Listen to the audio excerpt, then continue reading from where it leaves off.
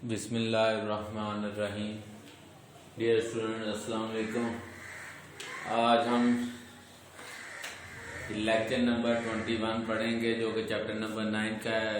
और हम जो चैप्टर पढ़ रहे हैं वो स्प्रेडशीट सॉफ्टवेयर के मतलब पढ़ रहे हैं। प्रीवियस लेक्चर में हमने स्प्रेडशीट के मतलब पढ़ा था कि spreadsheet is a widely use type of application, कि ये बहुत ज़्यादा इस्तेमाल होने वाली एक एप्लीकेशन है। और ये और वर्कशीट के मतलब पढ़ा था कि a collection of rose and columns is called worksheet, के रोज और कॉलम के मजमूए को हम वर्कशीट कहते हैं। उसके अलावा हमने एप्लीकेशन और स्प्रेडशीट के मतलब पढ़ा था, एडवांटेजेस इसके पढ़े थे, डिसएडवांटेजेस, और उसके बाद discuss the basic feature of spreadsheet software पढ़े थे, जिसमें grid of row and columns, formulas, built in functions, commands, text manipulation और प्रिंटिंग था। और नेक्स्ट जो हमने इसका टॉपिक डिस्कस किया था वो ये था कि discuss different types of data in Excel, जिसमें लेबल था, वैल्यूज था, डेट्स और फार्मूला। जो आज हमारा लेक्चर नंबर 21 का पहला टॉपिक है वो है every cell in worksheet has a reference number, how is it used in calculation. Cell reference, ये सेल रेफरेंस क्या होता है? ई cell in a worksheet has a reference number, कि वर्कशीट के अंदर जो भी सेल मौजूद होते हैं वो कोई ना कोई रेफरेंस नंबर ज़रूर रखते हैं। A cell reference in a formula refers to the contents of reference cell. It increases the flexibility of the formula. It is contents of the reference cells are changed. The result of formula is automatically changed. कि अगर हम reference cells का context change करेंगे तो ये formula का result automatically change हो जाएगा।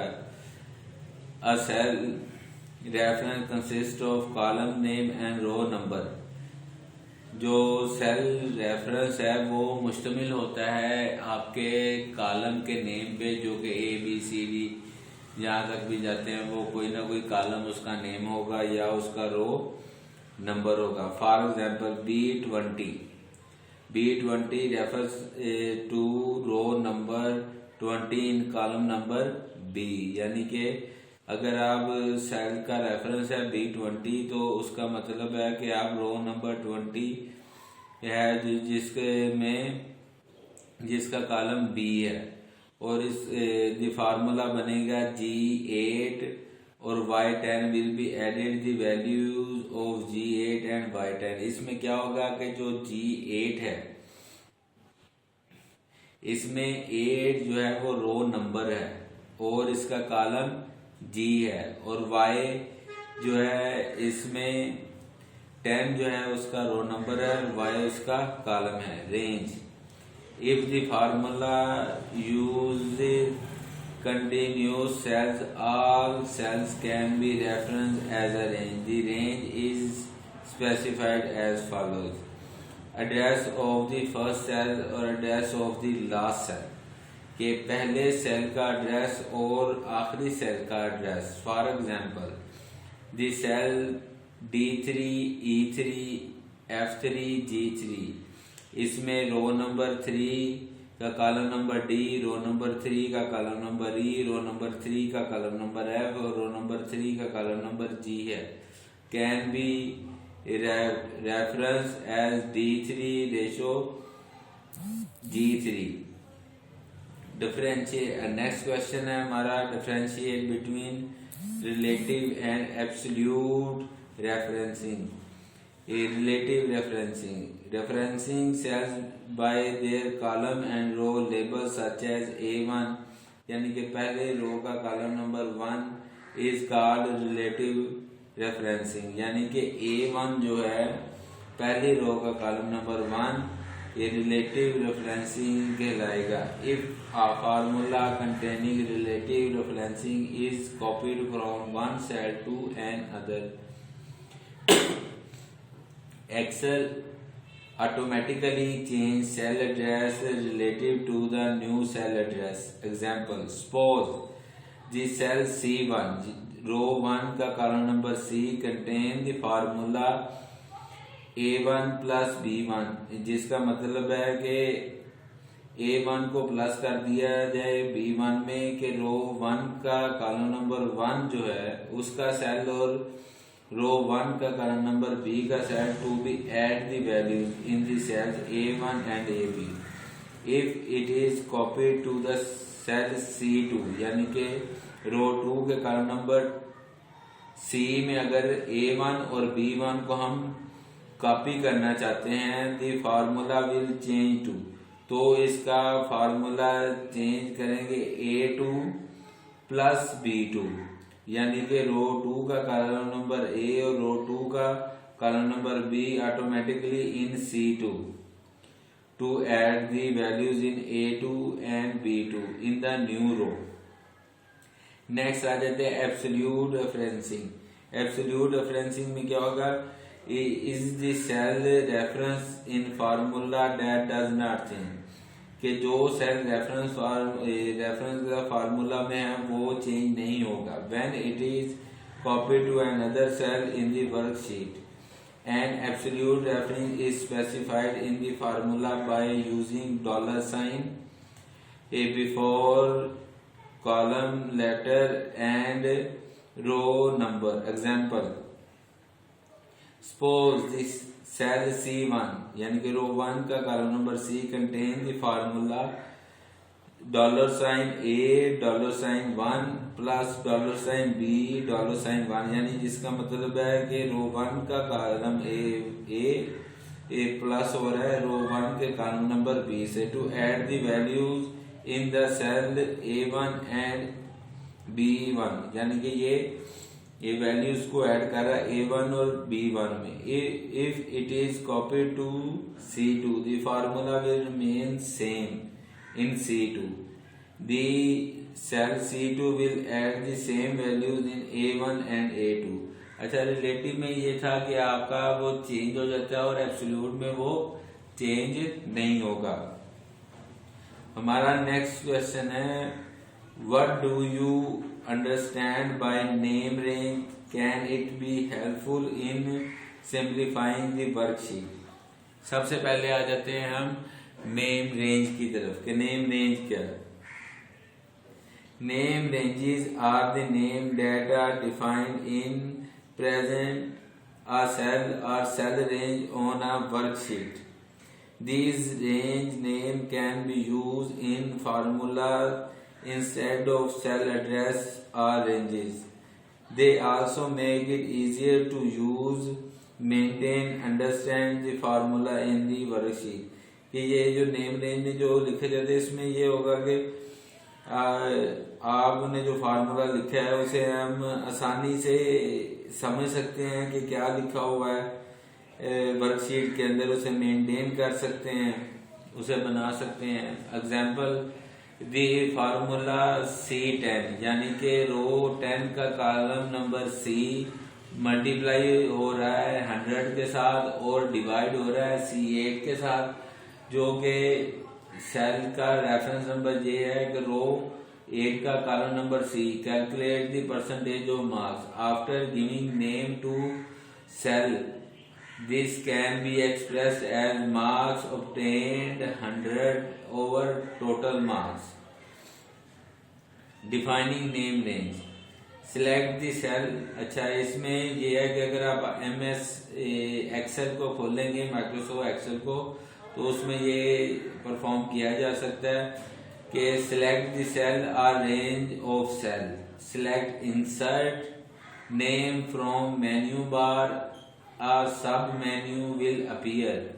Select define from sub menu. The following dialog box will appear. Enter the name for the range in name in workbook box. Click OK. The name range will be defined. Next हमारा है why and how two worksheets are linked. कैसे और किस तरह से हम दो worksheets को एक दूसरे के साथ लिंक कर सकते हैं। तो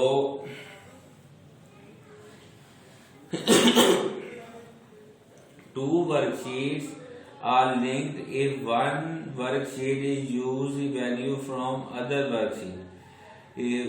दो वर्कशीट उस लिंक होती हैं अगर एक वर्कशीट दूसरी वर्कशीट की वैल्यूज को यूज कर रही है। A formula in a worksheet may use value from a cell in other worksheet। कि एक फार्मूला जो है वो वैल्यूज को यूज कर रहा है दूसरी वर्कशीट के से of same workbook. In this case, the name of second worksheet is used with cell address. For example, following format is used to access the value of a cell in another worksheet. Sheet name, cell address.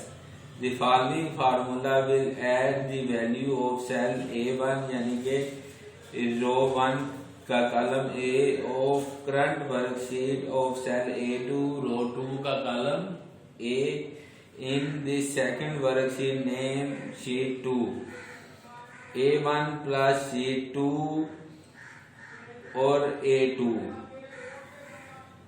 आगे इस आज के lecture का जो last question है वो ये है, what is formula, how it is entered in Excel, explain with example। A formula performs calculation on data and displays the result in a cell। यानी कि फार्मूला एक ऐसी चीज है कि जो एक कैलकुलेशन को कैलकुलेट करता है और उसके बाद उसका रिजल्ट जो है वो सेल के अंदर जाहिर करता है। A formula begins with equal sign। जो फार्मूला है वो इक्वल साइन से स्टार्ट किया जाता है। It can be use for different types of calculation. ये मुख्तलिफ किस्म की कैलकुलेशन के लिए इस्तेमाल किया जाता है। For example, it can be use to calculate total marks of students. A formula is entered in a cell in appear in formula bar when that cell is activated। अच्छा, इसमें इस तरह है कि आपके कॉलेज में भी ये इस तरह एक्सेल यूज हो रहा है कि फॉर एग्जांपल के स्टूडेंट्स का रिकॉर्ड है, ठीक है, और उसमें उन्होंने इस तरह किया हुआ है कि एक फार्मूला लगाया कि एक स्टूडेंट है, उसके फिजिक्स में कितने मार्क्स हैं, उसके इसमें कितने मार्क्स हैं, मैथ में कितने हैं, कंप्यूटर में कितने हैं, केमिस्ट्री में कितने हैं, बायो में कितने हैं, उनके सब के जो है ना वो मार्क्स लगाए हुए हैं। चलो बायो तो जो कंप्यूटर पढ़ रहे हैं वो बायो तो पढ़ेंगे ही नहीं ना, तो इनके मार्क्स लगाए हुए हैं। उन मार्क्स का टोटल फार्मूला के साथ टोटल करने के बाद जो एक हर स्टूडेंट का टोटल आ जाएगा। फिर उनकी परसेंटेज कि क्या परसेंटेज बनती है वो भी उसका भी फार्मूला साथ लग सकता है। और उसके बाद उनके ग्रेड्स के उनके क्या क्या ग्रेड बनते हैं, उसके बाद तमाम स्टूडेंट्स की एवरेज कि क्या उनकी एवरेज आती है और उस एवरेज के बाद उनका क्या रिजल्ट बनता है वो सारे का सारा इसमें दिया जाता है। या इसकी एक और एग्जाम्पल इस तरह से ले लें कि आपका फीस स्ट्रक्चर है, ठीक है ना, कि आपने कितनी यानी कि फॉर एग्जाम्पल 65,000 या 60,000 या 65,000 या 70,000 आपकी फीस है, ठीक है ना, कॉलेज की। तो आपने कहा जी कि हम इकट्ठी नहीं दे सकते, हम तो अलग अलग देंगे। तो ये एक्सेल में एक शीट बना लें, बन जाती है। शीट में एक फार्मूला आ जाएगा जी कि इतनी इनकी टोटल फी है, ठीक है, और इस माह इतनी आई, इस माह इतनी आई, वो साथ साथ ही कैलकुलेट करके तो बताया जाएगा कि कितनी फी स्टूडेंट की आ चुकी है और कितनी रहती है। इस तरह फिर ओवरऑल स्टूडेंट्स यानी कि कॉलेज के अंदर जितने स्टूडेंट्स हैं उन्होंने कितनी फी पे कर दी है, उनकी कितनी फी रहती है, ठीक है। ये सारे का सारा जो है ना वो इधर एक्सेल पे आप फार्मूला लगा के ये वाला सारा काम इस तरह एक्सेल के ऊपर कर सकते हैं।